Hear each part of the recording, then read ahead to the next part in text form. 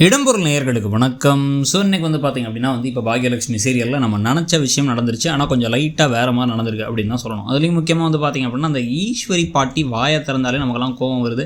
Comment செக்ஷனில் ஆரம்பித்து நம்ம முன்னாடி போட்டிருக்க ப்ரோமோடைய தமிழ்லைன்லேருந்து எல்லாத்தையுமே சொன்ன ஒரு விஷயம், நீங்கள் ஜெயிலே இருந்திருக்கலாங்கிறது தான். அதாவது மற்றவங்களுடைய மனசை புரிஞ்சிக்க முடியாத, கொஞ்சம் கூட ஒரு புரிதல் இல்லாத, ஒரு மனிதாபிமானம் கூட இல்லாத ஒரு ஆளாக மற்றவங்க மனசை காயப்படுத்துறது ஏதோ பெருமையான விஷயமா நினச்சி நான் நல்லதுக்காக தான் சொல்கிறேன் அப்படின்னு முட்டாள் மாதிரி பேசிகிட்டு இருக்கிற ஆளாக தான் அந்த கேரக்டர் இருக்காங்க. இவங்க ஆனால் ஜெயிலுக்கு போகும்போது எல்லாரும் அழுது திரிஞ்சு எல்லாம் அவங்கள வெளில கூட்டணும்னு போராடி, அதுலேயும் பார்த்திங்க அப்படின்னா நிஜமாகவே எழிலெலாம் அவருடைய வேலையை விட்டுட்டு இந்த வேலையை அவங்களுக்கு பாட்டியை வர வைக்கணும் தான் வர வச்சார். இப்போ அதனால தான் வேலை இல்லாமல் இருக்கார். கடைசியில் அவங்களுக்கு பணம் இல்லைங்கிறதையும் குத்தி காமிச்சு, அவருடைய கனவையும் காலில் தூக்கி போட்டு மிதிச்சு, அவங்க வாழ்க்கையில் அவங்களுக்கு இருந்துச்சு ஓரளவுக்கு செட்டில் ஆனதுக்கப்புறம் குழந்தைய பேத்துக்கலாங்கிறாங்க.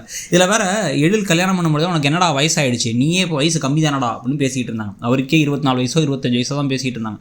ஆனால் அதுக்குள்ளார இப்போ நீ குழந்தை பெற்றுக்கிட்டே தீரணும்னு பிரச்சனை பண்ணுறதுலேருந்து எல்லா வேலையும் செஞ்சுட்டு இருக்காங்க இப்போ ஈஸ்வரி.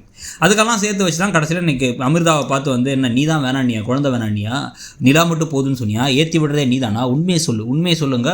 அமிர்தா தேம்பி உட்காந்து அழுதுகிட்டு இருக்காங்க. அழுதுகிட்டு இருக்கும் போது இதை பார்த்துட்டு வந்த எழில் வேகமாக எல்லாரையும் கூப்பிட்டு பாட்டின்னு கூப்பிட எல்லாரும் வந்துட்டாங்க. அமிர்தா கிட்ட குழந்தைய பற்றி என்ன பேசுனீங்க, உங்கள்கிட்ட பேச வேணாம் தானே சொன்னேன், எதுக்கு பேசுனீங்க அப்படின்னு கேட்டேன்னா அதுக்குள்ளே உன்ட்ட வத்தி வச்சிட்டாளா, அதான் இவளை வந்ததுக்கப்புறம் தான் அந்த வீட்டுக்குள்ளே நிம்மதி இல்லாமல் போயிடுச்சு. இவள் எல்லாத்தையும் வத்தி வச்சு ஏற்றி விட்டு உன் வாழ்க்கையை அழிச்சிட்டா, இவளை போய் கூட்டு வந்திருக்கே அப்படின்னு எல்லாரும் முன்னாடி வச்சு பேசுகிறாங்க. ஆனால் இதே அமிர்தா ஈஸ்வரி ஜெயிலுக்கு போனதுக்கு அவ்வளோ வருத்தப்பட்டாங்க. ஈஸ்வரி ஜெயிலேருந்து இறங்கினோடனே அப்படியே கண்ணீரோடு போய் கட்டி பிடிச்சிட்டாங்க பாட்டி அப்படின்ட்டு. செய் அப்படின்ட்டு நமக்கும். ஸோ இப்போ இந்த சமயத்தை டக்குன்னு இன்னும் ஒரு தடவை பாட்டி அமிர்தாவை பற்றியோ இந்த குழந்தை பற்றி எதுவும் பேசாதீங்கிறாரு இவர். அப்படி தான்டா பேசுவேன், என்னடா பண்ணுவேன், பேசுகிறத கேட்க போனால் வீட்டை விட்டு போடாங்கிறாங்க.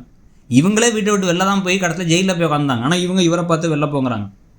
வெளில போகும்போது இதில் பார்த்திங்கன்னா தன்னால் முடிஞ்ச உதவி அந்த வீட்டு கட்டுறதுக்கான காசில் பாவம் எழிலும் கொடுத்துருக்காரு. 10 பைசா கொடுக்காத ஒரே ஒரு ஆள் யாருன்னு பார்த்திங்கன்னா ஈஸ்வரி தான். வெறும் சும்மா ராஜாங்கம் மட்டும் பண்ணிட்டு உடனே வீட்டை விட்டு வெளில போய் கஷ்டப்பட்டால் தான் இந்த வீட்டில் எவ்வளோ சொகுசாக இருந்ததுன்னு உனக்கு தெரியும், இங்கே இருக்கியா நீ, கிளம்புடா வெளில அப்படின்னு இவங்க பேச என்ன நினைக்கிறாங்க, போக மாட்டாருன்னு நினச்சிட்டு இருக்காங்க. டக்குன்னு பாக்கியா என்ன சொல்லிட்டாங்க அப்படின்னா நீ வீட்டை விட்டு போடா, நீ வீட்டை விட்டு கிளம்பு பரவாயில்ல அப்படின்ட்டாங்க.